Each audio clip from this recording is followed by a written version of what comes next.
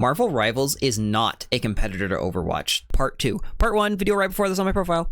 Meanwhile, there's also characters with nearly limitless skill expression, arguably more than even the most skilled characters in Overwatch, making it all around a less controlled environment than Overwatch. And while I personally appreciate many of the changes that came with Overwatch 2 to make it less chaotic and frustrating, I do understand how it took the fun away for some people, which is why I think the game's being so different is an incredibly good thing. It gives players a choice to play whichever style of game they like more, instead of being miserable playing a game they don't really enjoy or feeling stuck playing Overwatch because it's the only game that really fits that role. They actually have a choice and a game to go to now. But it also means that these games are not one-to-one competitors, nor is Rivals going to kill Overwatch, as the two games are vying for the hearts of two completely different types of players. And while there will always be a shared audience and people who play both games, I imagine that crossover will shrink as the honeymoon phase of Rivals wears off and people decide which style of game they prefer and want to play more.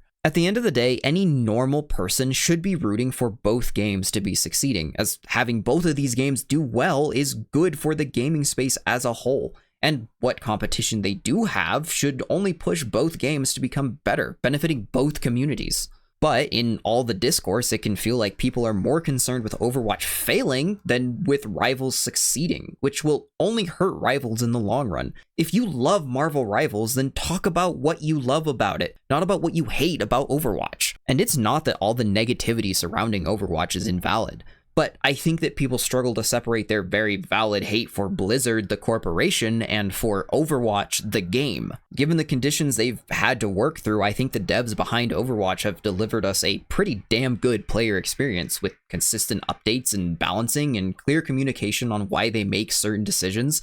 Even if I don't agree with all of them, at least they're telling us why they're doing things. And ultimately, it's not the devs' fault for the scuffed launch of Overwatch 2, nor is it their fault for Blizzard cutting the entire lore team or scrapping the promised PvE content that the devs had worked on for years and basically had finished. You can hate Blizzard all you want because they deserve it, but I don't think that makes it fair to prey on Overwatch's downfall, and I especially don't think it's healthy for Rivals if you're only hoping for Rivals to succeed based solely on the premise of Overwatch dying. And personally, I only hope both games continue to go down their very different, very separate design decisions, and I hope they don't ever try to become each other or put themselves in a position where they would be direct competitors, because then, no matter what, part of the player base is losing out on what they love about either game.